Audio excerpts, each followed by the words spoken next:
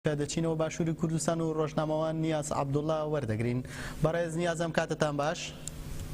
کاتی ئێوە باشتر. بەڕێز نیاز وەک دەزانین ئەمڕۆ کەناڵی مەدنوچە داخرا لە ژێر فشاری ئاکەپەدا. بەڕێزتان چی دەڵێن لەو بارەیەوە؟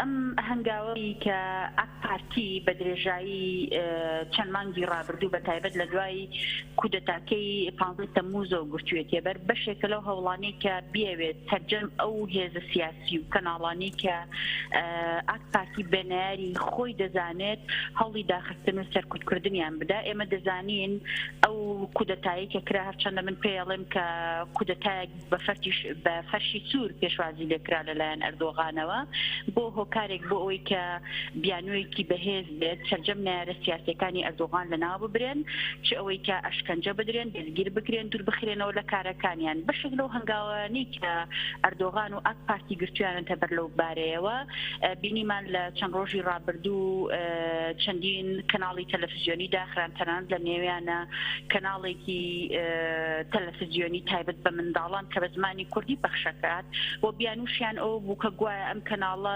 بیانوو پڕۆپاگەندە بۆ چیرۆر و دژایەتیکردنی حکوومەتی تورکیا وەروەها هاندانی هەستی شۆڕژگەڕێکە. بەڕاستی ئەمە جگە لە نوکتەیەک کە ئەگەر لە ڕووی سیاسی وەروەها بیانەوە تەماشای پێ هیچی تر نییە، ئەمە نیشانەی ترسنۆکی حکوومەتێکە لە بچووکترین پەیام کە دەکرێت هەر میدیایەک بیگەێنم. پێم وایە ئەو سەردەمەی کە ئەوەندە قۆناغی ئازادیەش کە لە تورکیا لە چەند ساڵی ڕابردوو بەدی هاتبووە پەیوەست بە پێشکەوتنەکانی مافەکانی مرۆڤ کە هەرچەند ئەویش سەرنجی زۆری لەسەرە دوای ئەو کودەتا سەربازیە کە ئەویش لە ناو کەوانەیەک ئێستا سەرنجی زۆری لەسەرە پاشە کشەیەکی زۆر لە تورکیا ڕوویداوە. بەداخەوە لە ئێستادا هەنگاوەکانی حکوومەتی تورکیا ئەمە نیشانی ئەوەیە نەک بە تەنیا لە ناوخۆی تورکیا لە پەرەسەندندا بەڵکو هەوڵەکانی حکوومەتی تورکیا و ئاک پارتی پەلی کێشاوە بۆ ئەوەی کە فشار بخاتە سەر کۆمپانیاکانی وڵاتانی ڕۆژئاوا هەروەها وڵاتانی ڕۆژئاوا بۆی لە هەوڵ دابن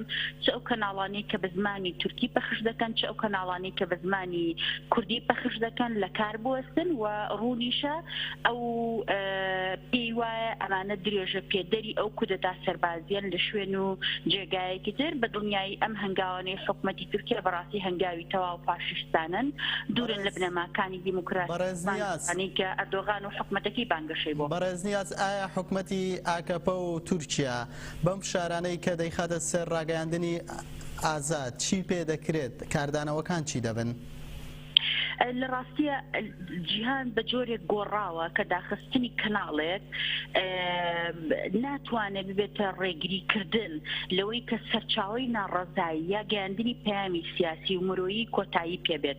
لە ئێستادا دەیان کەناڵ و شێوازی جیاوازن کە ناڕەزایەتەکانی خەڵک، تێڕوانینی خەڵک، تەنانەت پارتەکانی ئۆپۆزیسیۆن و هێزە کوردیەکان و هەدەفە و تەواوی لایەنەکانی تر بگەێنێت لە تورکیا، مەگەر بێت و ئەردۆغان لە داهاتوودا بێ فشاری زۆر زیاتر بخاتە سەر ناوەندەکانی تر ئەگەر بگاتە ئەو ڕادەیەکە تەواوی تۆڕە کۆمەڵایەتەکان کە دەخەت بکات لە تورکیا. ئەگەر نا بەڕاستی ڕێگە لە شێوازی ناڕەزایی دەربڕین و خەباتی سیاسی لە هیچ وڵاتێک بە ئاسانی ناگیرێت بە تایبەت لە سەردەمێکدا کە تەکنۆلۆژیا و شێوازەکانی میدیا لەو پەرەسەندنەدان و دەکرێت کەناڵێک دابخات بەڵام دەیان کەناڵی تر هەن ئەی چی لە BBC-کە چی لە CNN-ەکە بۆ نمونە ئەردۆغان کە تاوانەکانی ئەو بۆ نمونە بڵاوەکەنەوە کاتێک کە کەناڵە جیهانیەکان بە شێوەیەکی جیاواز دەستدرێژەکانی سوپای تورکیا بڵاوەکەنەوە لەسەر خەڵکی باکووری تورکیا. کەواتە ئەمێ ئەوە بڵێم کە سەرچاوەکانی ڕێگریکردن لەلایەن حکوومەتی تورکیاوە چەند هەوڵی ڕێگریکردن بدا بۆ سەر کەناڵە ڕاگەیاندنەکان بەڵام ئاسان نییە. بەس خاڵێکی تر دەبێ ئەوە بڵێن کە کاریگەری لە ڕووی زمانەوە جێدەهێڵێت بە تایبەت کە لە وڵاتی تورکیا ژمارەیەکی کەم کەناڵی ڕاگەیاندن هەن بە زمانی کوردی بە تایبەت کەناڵی زارۆ. ئێمە ئەزانین کە نەوەیەک لە تورکیا پێگەیوە بەهۆی ستەمەکانی حکوومەتی تورکیا بۆ ڕێگریکردن لە فێربوونی زمانی دایک و ئاشنابوون بە زمانی دایک و خوێندنەوە بەو زمانە نەوەیەک بەڕاستی لە فێربوونی زمانی کوردیدا بڕاون. دەکرێت ئەم هەنگاوانە ڕێگریکردن بێت لەو کرانەوەکەمەی لە کۆناغێک حکوومەتی تورکیا دەستی پێکرد و ئەمەش بەڕاستی ئەوەیە کە بەردێکی ئەستور بخاتە سەر پرۆسەی ئاشتی وەروەها ئەو پێشکەوتنانی کە کە لە قۆناغێک خوێندن بە زمانی نەک خوێندن ببورن کەناڵە تەلەڤیزیۆنیەکان بە زمانی دایک خەریک بوو لە پەرەسەندندا بن بۆیە حکوومەتی تورکیا چاوەڕوانی ئەوە دەکەم لە ماوەی داهاتوودا بۆ نەکە فشاری زیاتر تەنانەت بۆ سەر کەناڵە کوردیەکانیش لە بەرجیکا و هەرێکت لە وڵاتانی تر دروست بکات کە ئەو بە ئۆپۆزیسیۆنی خۆی زانێت. بەڵێ بەڕێز نیاز عەبدوڵڵا ڕۆژنامەوان لە باشووری کوردستانەوە زۆر سوپاس بۆ کاتێک پێتان بەخشین کاتێکی شاد. شادتر